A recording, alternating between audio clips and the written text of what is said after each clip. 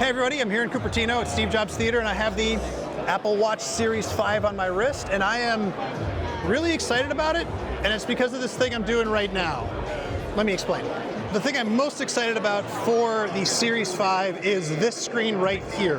The screen is currently off, and then when I turn it to face me, it pops on again, and then if you do that, it just goes back off, or if you turn it away from yourself. Now, Apple says that they are able to maintain an 18-hour battery life even though the screen is always on, and they're able to do that because, they're good at screens, they're good at processors, but this is an LTPO screen, which means that Apple can dynamically change the hertz, the refresh rate of the screen, depending on what the situation calls for. They say all the way down to 1 hertz and up to 60. So this is, moving pretty fast. It's like driving the second hand, the refresh rate's pretty good.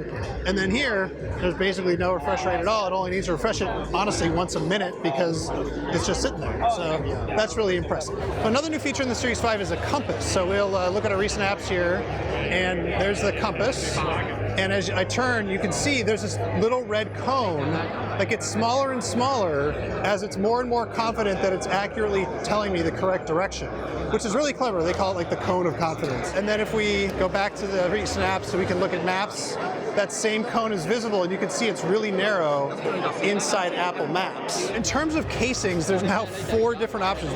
Now, last but not least, I'm not actually going to show this to you, but the emergency SOS feature on cellular now works internationally. In any country, it's able to figure out what the number is for emergency services and dial it. So the Apple Watch Series 5 starts at $399 for the regular GPS version. The LTE version costs $499, and you could probably price them way higher than that if you go ceramic and special band or whatever. And actually, when you go to an Apple store or online, they now sell the watch and the band sort of separately, and so you can pick and choose what you want your package to be.